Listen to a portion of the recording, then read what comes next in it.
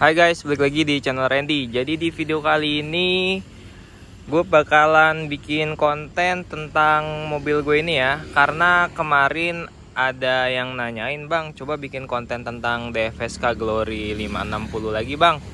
Soalnya mobil ini kemarin tuh udah gue pakai road trip dari Bali ke Bandung.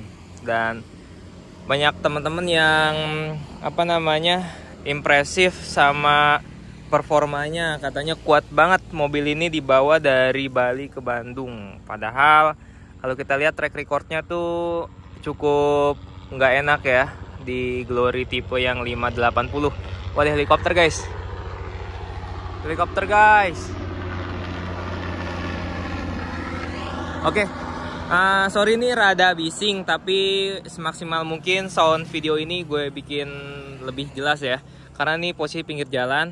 Jadi Glory 560 gue ini pembelian tahun 2020 bulan Desember. Dan ini adalah VIN 2019 tipe 1.8 Luxury. Jadi ini yang versi 1,8 cc ya, 1800 cc non turbo. Jadi untuk kelilingnya mobilnya seperti ini. Ini untuk di bagian belakang, bodo amat plat nomornya nggak gue sensor ya. Awalnya itu ada badge banyak banget di sini, Glory 560. Terusnya waranti 7 tahun, cuman gue keletekin, gue ganti jadi G560, maksudnya Glory 560. T-nya tuh turbo, tapi kan ini nggak turbo. Dan ini gue ganti, gue warnain juga jadi hitam. Terusnya velg udah gue ganti. Nanti bakal kita bahas bagaimana pengalaman gue memakai Glory 560 ini selama kurang lebih hampir 2 tahun ya. 2 tahun kurang beberapa bulan gitu. Mobilnya ini cukup nyaman banget karena ini adalah mobil pertama yang gue milikin. Sebelumnya bokap gue juga pernah punya mobil, tapi mobilnya tuh kijang kotak. Jadi menurut gue Glory 560 ini sebagai mobil pertama ya. Atau kalian yang mau ganti mobil dari Avanza, Rush yang lama, beda banget. Feel drivingnya tuh jauh lebih nyaman. Karena mobil keluarga gue waktu itu kijang kotak dan gue lebih sering pakai Xenia, Avanza rental, dan Rush atau Terios. Ketika gue punya mobil Glory 560 ini rasanya tuh seperti Iron Man. Enggak. Maksudnya tuh rasanya tuh seperti kayak gue pakai mobil mahal gitu. Padahal kalau kita lihat ini OTR Bali itu harga 250. Dan gue dapat di harga segituan ya dari Imam Bonjol Denpasar dealernya. Untuk interior kita lihat. Video ini mungkin rada panjang ya karena nggak gue cut interiornya. Di sininya soft touch, jadi udah empuk ya kan, karena gue bukan reviewer mobil, jadi seadanya. Ini untuk bagian bawah dashboardnya masih plastik. Ini soft touch kelebihannya ya, dan ini soft touch. Terusnya untuk bagian sini armrestnya soft touch di sini, dan speakernya suaranya lumayan bagus ya. Dan joknya juga sudah kulit, tapi bukan kulit asli.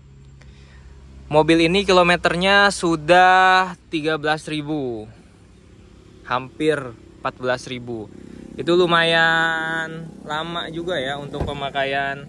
Hampir 2 tahun tuh masih 13.000 karena cuma dipakai keliling Bali. Ini untuk interior belakangnya seperti ini ya, dan ini ada armrestnya.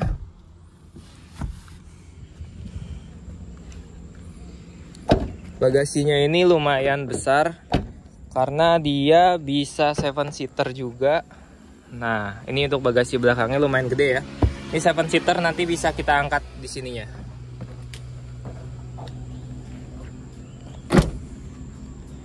Oke, mobil ini yang paling gue suka bentuknya tuh bagian dari belakang sini sampai ke tengah ya.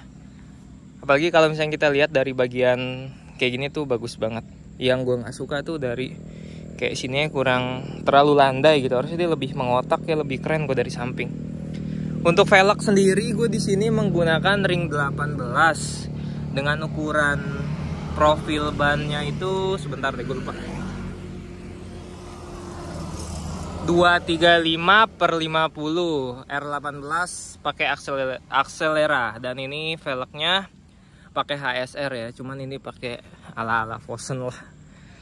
Oke, jadi pengalaman gue setelah itu memakai mobil ini hampir 2 tahun ya kurang lebih, aman. Dan untuk after salesnya bagaimana? After salesnya juga lancar ya, untuk servis juga masih sering di WhatsAppin waktunya servis sama bengkelnya sama dealernya. Terus untuk masalah oli masih gratis, ini gue udah 3 kali ganti oli udah masih gratis, jadi belum bayar. Kita cuma bayar biaya servisnya itu sebesar 250.000 kalau misalkan mau diservis. Kalau ganti oli doang paling kalian gak bayar sih, gratis. Tapi tergantung dealer ya, kalian tuh sebisa mungkin pas beli itu kalian minta ada bonusnya atau apa gitu ya. Kalau kan bonusnya tuh free oli selama 2 tahun, jadi aman-aman aja. Untuk mesinnya sendiri tenaganya oke banget, karena ini yang 1800 cc bukan yang 1500 turbo. Jadi bensinnya juga bisa diisi pakai Pertamax ya, kalau Pertalite kalau misalkan kalian lagi gembel gitu ya, lagi nggak punya uang, bisa pakai Pertalite, aman aja. Untuk masalah ngegelitik pasti ada sedikit ya, cuman solusinya kalau misalkan ngegelitik kalian pakai mode S-Sport aja, itu nggak berasa gelitiknya. Untuk kaki-kaki empuk banget. Dari Denpasar sampai Bandung gue nggak ngerasain namanya pegel, nyetir sendiri nggak gantian, dan itu posisi berkendaranya lumayan nyaman karena joknya juga tadi udah kulit gitu ya. Kita bisa lihat lagi.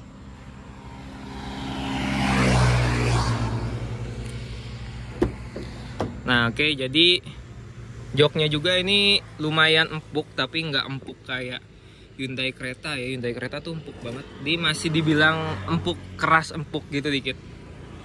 Nah untuk setirnya juga di sini dia sudah kulit, jadi kalian bisa lihat ya, udah dilapisin kulit. Kita tutup lagi. Seperti ini desain dashboardnya, lumayan keren sih. Kita bisa nyalain di sini.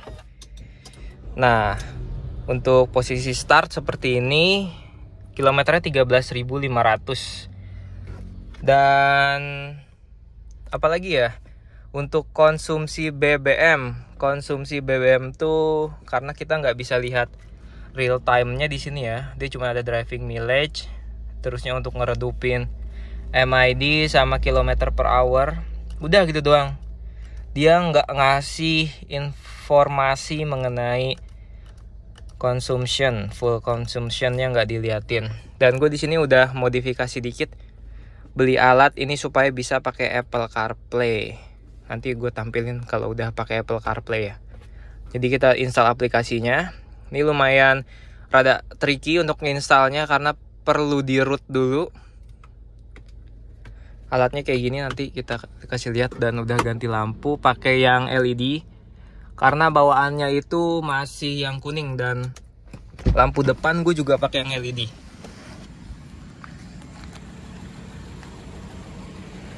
Nah di sini lampu depannya udah gue ganti ya.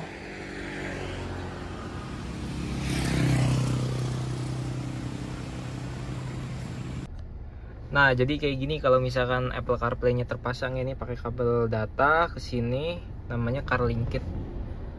Nah kalian bisa nih kan, berfungsi banget untuk navigasi. Jadi ini pakai Google Maps, misalkan kalian arahin aja ke mana, Kopi Kenangan Gatot Subroto.